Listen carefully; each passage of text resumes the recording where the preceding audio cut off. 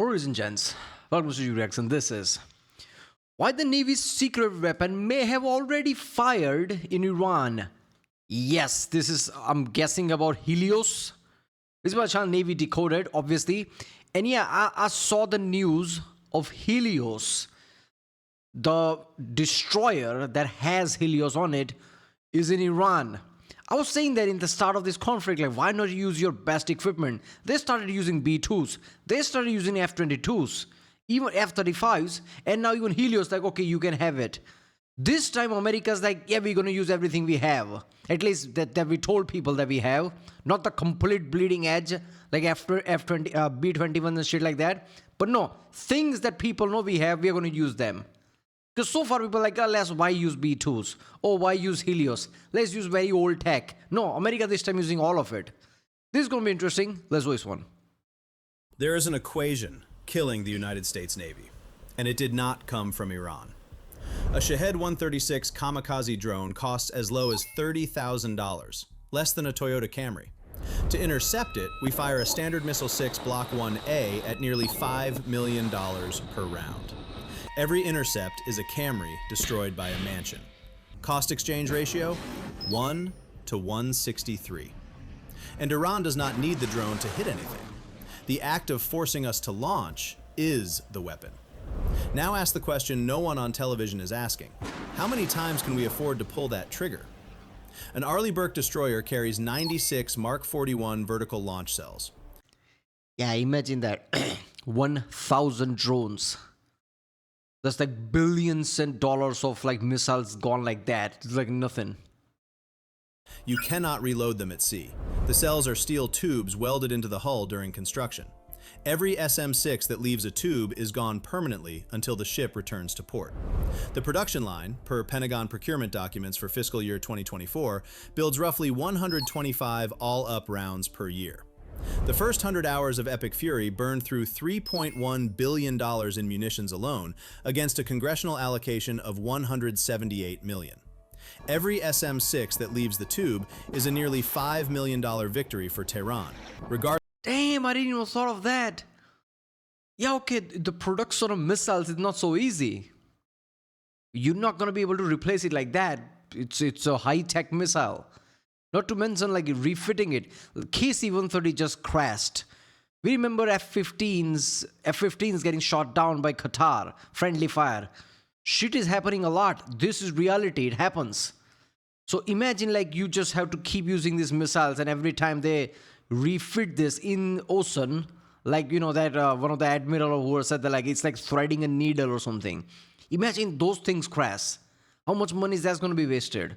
So yeah, times like this, yeah, munitions, it's not just about using it, it's about like, refitting it and using it, and the cost, and okay, the cost, how you're going to manufacture at that level, all of that is a problem. Regardless of whether the drone dies. Drain the magazine, exhaust the production line. That is not strategy, that is arithmetic. The real threat isn't the enemy's arsenal, it's the finite depth of our own magazines. Now look at a photograph Central Command published during Epic Fury. USS Spruance, DDG-111, launching a Tomahawk into Iran. Every headline showed the missile, but look at the bow. On the forward mount, where one of two Phalanx CIWS used to sit, there is no gun. There is a smooth black dome, no barrels, no magazine. The aft phalanx still stands, but the Navy chose to sacrifice half of its close-in kinetic coverage on a warship inside an active threat zone and replaced it with something they will not name publicly.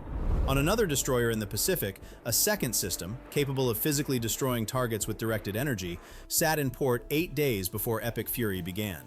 Whether it deployed is a question the Pentagon will not answer. Why would the Navy trust a beam of light more than a Gatling cannon? Because the math forced their hand. And if you want to understand the engineering behind that trade-off instead of the headlines, subscribe to Navy Decoded. We do not celebrate weapons here. We calculate whether they work. To see why, you first have to look inside the constraint that made every other option a losing equation. Look inside a vertical launch system. 96 cells. When a missile leaves that tube, the tube goes dark, permanently, until the ship sails home. A $2 billion destroyer that fires its last cell does not become a fighter. It becomes a floating radar station. Expensive, defenseless. Iran's strategists understood this constraint before we did.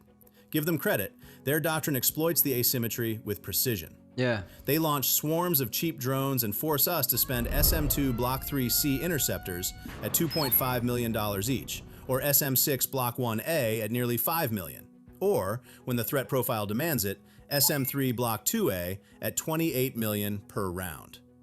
All of them burning against targets. I still don't understand, if you see drones coming, why not scramble planes, F-18s, F-35s, and use their munitions to shoot down drones rather than using destroyers, these launchers?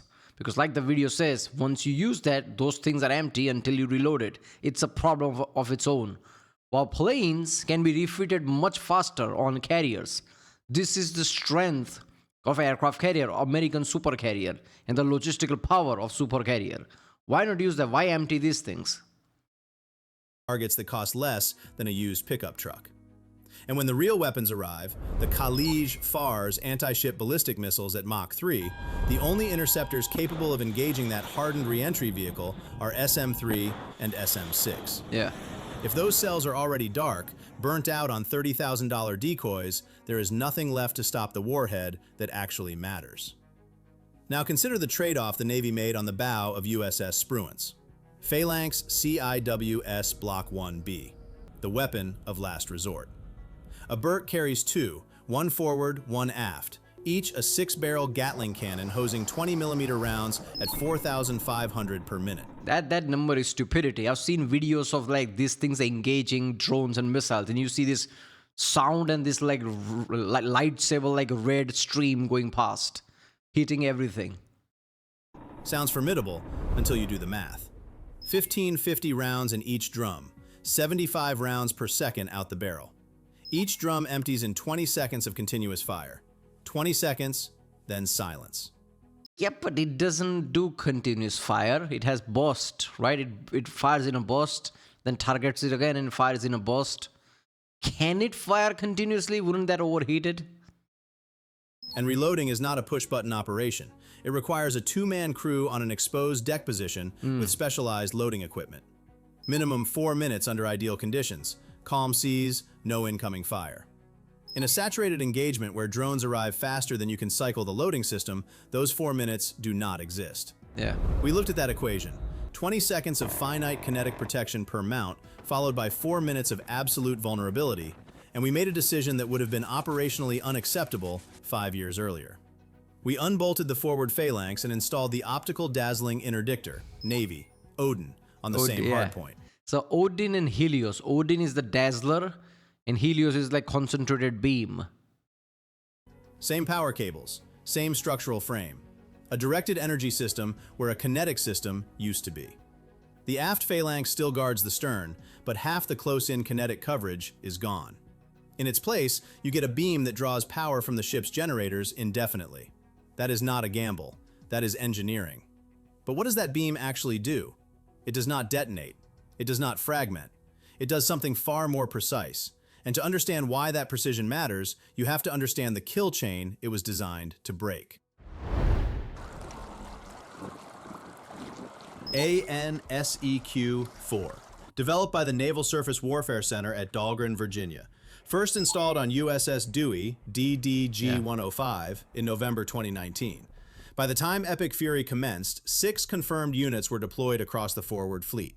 Dewey, Stockdale DDG-106, Spruance DDG-111, Sterrett DDG-104, Kidd DDG-100, and John Finn DDG-113. Plug and play. Drops onto the same phalanx hardpoint, draws from the same power bus, operates standalone. Unbolt one, bolt on the other. Odin is not designed to destroy. Odin denies targeting data. And to understand why that matters, consider how Iran's kill chain actually works. A Mohajer 6 reconnaissance drone flies a racetrack pattern 200 to 400 kilometers from the fleet.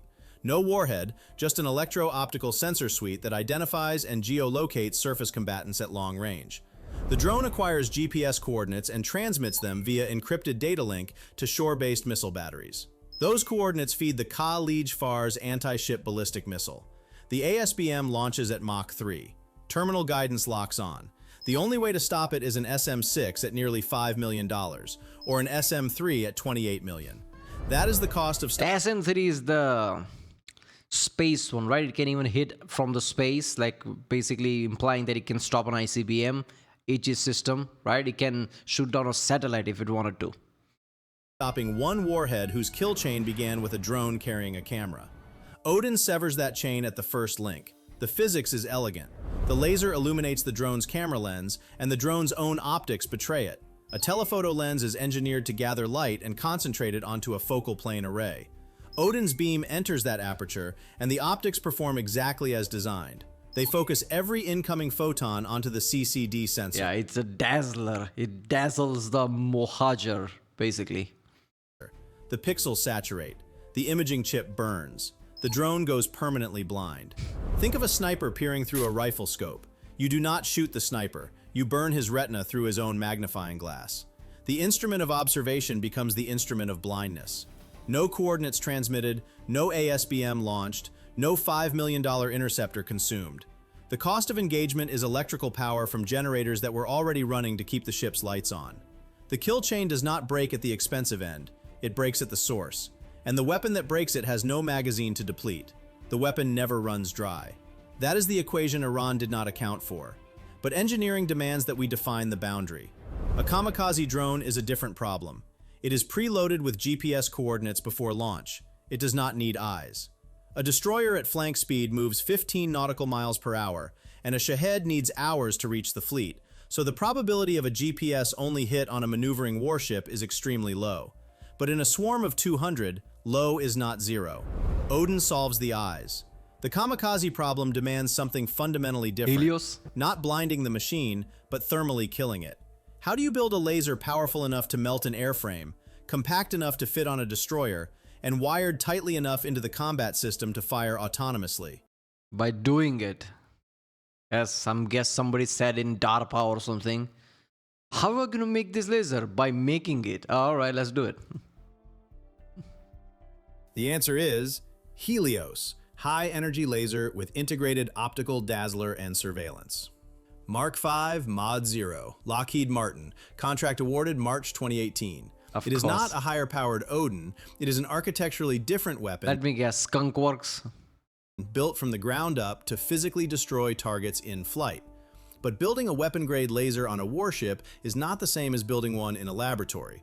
The core engineering constraint is not the beam itself, it is the electrical power required to generate it.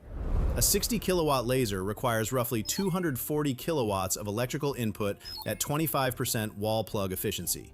A Burke Flight 2A generates 9,000 kilowatts of ship service power from 3 gas turbine generators, and every single kilowatt is already spoken for by radar, combat systems, propulsion, and basic habitability. I guess propulsion and habitability gets shut off. Somebody like making food in oven shuts off. Right? Somebody's in the toilet, light shuts off. Yeah, there you go. Yeah, shut up. You're gonna be fine. We need Helios. Propulsion, yeah, fine. Boat doesn't need to move. Boat's in combat mode now. As Rear Admiral Boxall stated bluntly, if you want a laser, you remove something else. The power budget on these ships is a zero-sum equation. Within that constraint, Lockheed solved the beam generation problem with spectral beam combining, dozens of individual fiber lasers, each emitting at a slightly different wavelength. Each individual beam is too weak to cause damage, but pass all of them through a diffraction grating that merges those wavelengths into a single coherent output at 60 kilowatts. Think of 60 garden hoses. Individually, they rinse a car. Yeah. Force all 60 through a single high-pressure nozzle, and the output cuts steel. Yeah, it's laser. That's what laser is. Light amplification or stimulation, emission of radiation. Laser, right? So it's basically laser beam, right? The concentrated, like beam, basically destroying it. Makes sense. America made modular nuclear reactor. Where did I watch that?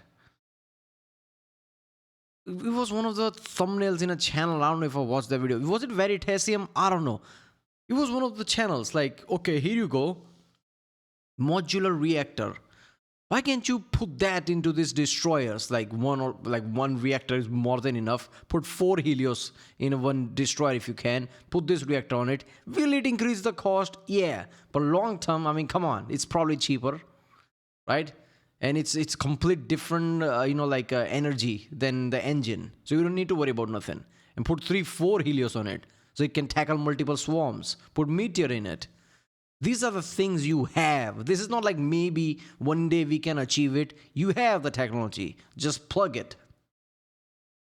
That concentrated dot is Helios. And because the architecture is modular, every additional fiber module adds kilowatts to the output. 60 today, 120 with the next hardware block, 150 after that. The physics scales, but the power to feed it must come from 1,000 year after that and 10,000, cutting an entire mountain in half. There you go. somewhere. Now look at what that beam does to a target. 60 kilowatts focused onto a spot smaller than a quarter. Surface temperature exceeds 2,000 degrees Fahrenheit in under 1 second. Composite polymer skin does not burn, it liquefies. The acrylic canopy fractures under thermal stress. Control surfaces warp. The motor housing reaches incandescence. The airframe collapses, not in a fireball, but in quiet mechanical disintegration. Like cutting the strings of a puppet. Within seconds from beam on to splash. Cost per engagement, approximately $1 of electricity. But the beam is only half the achievement. The decisive advantage is integration. Helios is wired directly into the EE-JIS combat system, the same brain that manages every radar track on the ship. When Spy-6 classifies an inbound drone at 5 nautical miles, targeting data flows directly into the laser's. That is the most instrumental thing they could have done, to integrate it into the same defensive system, because it needs to speak to each other. You don't want some separate thing working. You need the same system talking to each other. Fire control computer with 0 manual relay. Response time drops significantly compared to the kinetic intercept chain. Now the honesty. USS Preble, DDG-88, is the only ship confirmed to carry Helios. Operational testing confirmed Preble destroyed 4 UAV targets and tested against cruise missile profiles in 2024 and 2025. But Preble was confirmed in port at Yokosuka on February 20th, 8 days before Epic Fury commenced. We report what we can verify, but that does not mean the story ends at the pier. Consider what we do not know. 8 days is enough transit time to reposition. I mean, I've seen news headlines talking about Helios being in Iran, and there were multiple of them, so it wasn't just some one guy speculating. It must be something to it. They didn't just suddenly wake up and said like, oh, Helios is there. It's not like news headlines basically watch YouTube videos like we do. They can't just suddenly wake up and decide, oh, let's talk about Helios and make shit up. Helios must be there. Preble to the 5th Fleet area of operations. The Navy does not broadcast movements of ships carrying classified weapons, and Preble is the only ship publicly confirmed to carry Helios. The operative word is publicly. Yeah. The program contracted for multiple units. Lockheed delivered hardware. Absence of disclosure is not absence of capability. Now here is where we enter the territory that no official will confirm and no press officer will deny. Drone debris recovered from the Red Sea and the Gulf of Oman during Epic Fury tells a story that kinetic weapons cannot write. Polymer skin melted smooth, not shattered by blast overpressure from a proximity detonation. I mean, shit. I mean, come on. We kind of knew that since Venezuela thing. People have been talking about America using ridiculous weapons that people don't know about. Trump says like, what, do you want me to tell you shit? I'm not going to do that. What are you, high? We're in war. I'm not going to tell you everything. It just makes sense. Why would they say, oh, we have Helios in Iran? So Iran's like, oh, is that right? Why would they say that? Of course, they're just going to use the technology. They're just going to fit into destroyers and use it. Oh, by the way, we have 6 destroyers with Helios. Why say that? To give people warning in advance? No, it's just on Preble because we did the demonstration there. Let's just keep it there. Let's not talk about other ones. Why would they do that? These are weapons for a reason. There's no publicity. What are the streamers? Oh, I'm here with 6 Helios. Like, comment, subscribe. Military don't give a shit about that. So military is going to keep as minimal as they can. Of course, they have Helios in many destroyers. Melted by sustained thermal application. Aluminum structural members warped in tightly concentrated patterns consistent with directed energy exposure. 0 blast fragmentation pattern. 0 shrapnel scoring. That is not what a $1 million interceptor warhead leaves behind. That is the thermal signature of focused energy above 2000 degrees Fahrenheit applied for continuous seconds. We need to be absolutely clear. No one has confirmed this. CENTCOM has not acknowledged directed energy engagements. The Pentagon remains silent, the kind of deliberate silence that is itself a signal. But the physics does not lie, and forensic evidence does not fabricate itself. The systems were deployed in theater. The threat environment demanded their use. The debris signature is consistent with their engagement profile. We are not stating facts. We are reading the evidence and drawing the inference that the physics demands. We do not pretend directed energy is a solved problem. Salt aerosol scatters photons proportional to range. Thermal blooming, the beam heating the air column it passes through, defocuses the spot like aiming a rifle through the shimmer above hot asphalt. Adaptive optics compensate partially, but they cannot repeal the physics. On a clear day, effective hard kill range compresses to approximately 5 nautical miles. Point defense, not area defense. And that is the best case. Rain absorbs laser energy proportional to droplet density. A moderate downpour can halve the effective range. Dense fog scatters photons so severely. How much does rain affect it? So yes, that would be like, yeah. I think rain would be a bigger issue than the fog would be, but I mean at that point, like just let it come closer, because distance solves the like amplification. So like you can still hit it if it's closer enough. This thing's environment is an issue, but laser beam would still have the enough output close enough. You just need to hit it just enough at distance that doesn't hit the boat. That's it. You don't need to hit it from way far away, right? And I guess you can solve this problem by increasing the output. 60 kilowatts. So the day the double output would be at the 10 times as power. So 60, 600. So the day 600 kilowatt Helios comes off, that would be a really powerful one, right? That wouldn't have these problems, I guess. At this dwell time drops below the kill threshold. In the Persian Gulf, Shamal sandstorms and humidity routinely exceeding 80% degrade transmitted power further. The rule is brutally simple. If the sensor cannot see the target, the laser cannot kill it. Neither Odin nor Helios escapes that constraint. The power budget makes scaling harder still. A Burke was designed in the 1980s. There is no free electricity on a platform already running at near maximum load. The solution does not live on these ships. It lives on the next generation. Yeah, you need the new one, man. I think it's time. 45 years. It's time to make a destroyer with a small nuclear reactor that you already have. Zumwalt with 78 megawatts of integrated power, and DDGX engineered from the keel up for directed energy as a primary weapon system. What? Now put both systems inside a single EE-JIS architecture and watch the magazine problem transform. An inbound swarm appears on the radar scope. Dozens of contacts. EE-JIS classifies every single one in under 3 seconds. The weapon assignment algorithm does not panic. It solves an optimization equation, matching each target to the most efficient effector based on threat velocity. Yeah, but you also have Meteor. You can use that. That's like a shotgun laser. Composition, and range. A hardened reentry vehicle diving at Mach 3 generates immense kinetic energy. No laser on Earth can maintain the dwell time required to burn through a reinforced casing at that closure rate.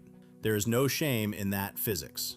The SM-6 and SM-3 interceptors exist precisely for this class. Yeah, I mean, you have that. You have to use it when you have to use it. It's just common sense. It's like a nuclear missile is coming. You're not going to say, oh, Helios. No, you have SM-6. Use it, it's time. Of threat, and they are worth every dollar of the $5 to $28 million they cost per round. But a composite kamikaze drone crawling in at subsonic speed within 5 nautical miles? Spending a multi-million-dollar interceptor... I think Helios would still be awesome against cruise missiles. Imagine a cruise missile that is slow, subsonic. You can still fuck that up with the Helios enough that it doesn't target anything. On that target is not defense. It is exactly the cost trap Iran designed. Helios handles that engagement in seconds. The drone ceases to exist. The VLS cell that would have been wasted stays loaded, reserved for the Mach 3 reentry vehicle screaming in behind the swarm. A reconnaissance drone loitering beyond burn range, feeding targeting coordinates to shore batteries, Odin blinds it. Sensor destroyed, data link severed. The kill chain dies at the source before it can trigger a single expensive launch. Directed energy does not replace the missile. It makes the missile inventory last. Every VLS cell the laser saves from a $30,000 decoy is a cell that stays live for the warhead that... Basically, when you play Fallout 3 or Fallout New Vegas, there are weapons in there that is like self-regenerating. I think it's in New Vegas, not in 3. That it has an unlimited ammunition because it's supposed to recharge. This is basically that. I still remember playing that game. It's like, I don't have to worry about ammo because I have this. I'll just use this whenever I can and conserve ammo whenever I need that. This is basically that. Why use the ammunition when you have Helios? It doesn't cost anything. There you go. It actually matters. Now consider the word every weapons officer dreads. Winchester, the last round expended. Cells dark, ship kinetically dead. 96 cells against 500 inbound targets is not a contingency plan. It is a mathematical certainty. Directed energy eliminates that certainty. The beam does not deplete. That is the removal of a physical constraint that has governed surface warfare since the first guided missile went to sea. Now go back to that photograph one more time, the black dome on the bow of Spruance, and ask yourself what equations that dome has already changed. Before we close the loop, if you respect the engineering that keeps the machines running and the physics that keeps the enemy guessing, hit that subscribe button right I mean, look, man, you have to respect the engineering in the end of the day. The only thing differentiate between us and a caveman living inside cave wearing leaves is engineering and tech, right? And modern techs usually trickle down from military. You would not, you're like, how the fuck is this Helios going to trickle down to everyday use? You never know. That's the thing. Like everything trickle down from military somehow. Somebody finds some kind of a use in real life. right now. Type proud in the comments. USS Spruance. Black optical dome on the forward mount. Here we go. Tomahawk climbing into a night sky over the Arabian Sea. CENTCOM published the image but did not explain what replaced the forward phalanx. That silence is deliberate, a signal to Tehran, Beijing, and Moscow that the variables in this equation are changing, and we are not disclosing how fast. Today, directed energy is a force multiplier, not... China is the second powerful country, and yet they have to flex every time to tell America that back down, we are strong. America is the only country that's so powerful, they do opposite of flex. They keep to themselves because they know they have the best thing. And why tell people what we have? Not a replacement. 5 nautical miles of hard kill range, one target at a time. It does not make kinetic interceptors obsolete. It makes them last longer against an adversary whose entire strategy depends on draining our magazine to 0. But the engineering trajectory does not reverse. Hellcat targets 300 kilowatts, sufficient to burn through cruise missile casings. DDG-X will carry directed energy as a primary weapon from day one. The adversary calculated correctly. Cheap drones will drain the American interceptor stockpile. Yeah. That calculation is arithmetically sound, but it contains one fatal assumption, that the cost per engagement ratio is fixed. American engineers do not optimize within fixed constraints. They eliminate the constraint itself. Today, it is a 60 kilowatt beam destroying a drone at 5 nautical miles. Tomorrow, it is 300 kilowatts burning through cruise missile housings at the speed of light. That is not a forecast. That is a thermodynamic guarantee. Yeah. This drones swarm warfare only works against something like ships or tanks. In a like World War style war where like soldiers pushing through, how much damage drones does anyway, right? That thing doesn't work there because you need something much more punchier and powerful. We've seen these drones attack buildings and things. It's like some damage, sure. But yeah, in a boat, like if a boat or a plane gets damaged, that's a damage. Like those things are out of commission. So drones are fucking deadly when it comes to boats. So yeah, this Helios is important. Meteor is important. I see next 4 years at best, probably much earlier. By 2030 at least, almost all destroyers I see fitted with Helios and like meteors, right? And definitely carriers, because carriers have insanely powerful reactors, like Ford-class carrier. Too powerful, like you have multiple phalanx there and multiple other type of system. You can add 3-4 Helios in there. Could you imagine that shit? And this Winchester element, okay, we are empty. Oh shit, we are screwed. I still don't understand that. You have 75 aircrafts on your supercarrier. with insane amount of munition stored below it, with people on board to like constantly like refit it. You can just circulate 10 aircraft in the air, and then 10 launches again, 10 comes back, 10 launches again. You're 75 circling and like vultures in the sky, shooting down everything that moves. With F-35 that can target even ballistic missile if it wanted to. You don't need SM-6 and SM-3 that much unless ICBM is coming or something. So you still have insane firepower. I think that if Winchester element does happen, they, U.S. Navy probably will do that. Circulate the, like all the planes in the sky, like vultures, and like defend everything. That is what supercarrier is supposed to do. Right, well, if you like my reason, subscribe, and I'll see you next time.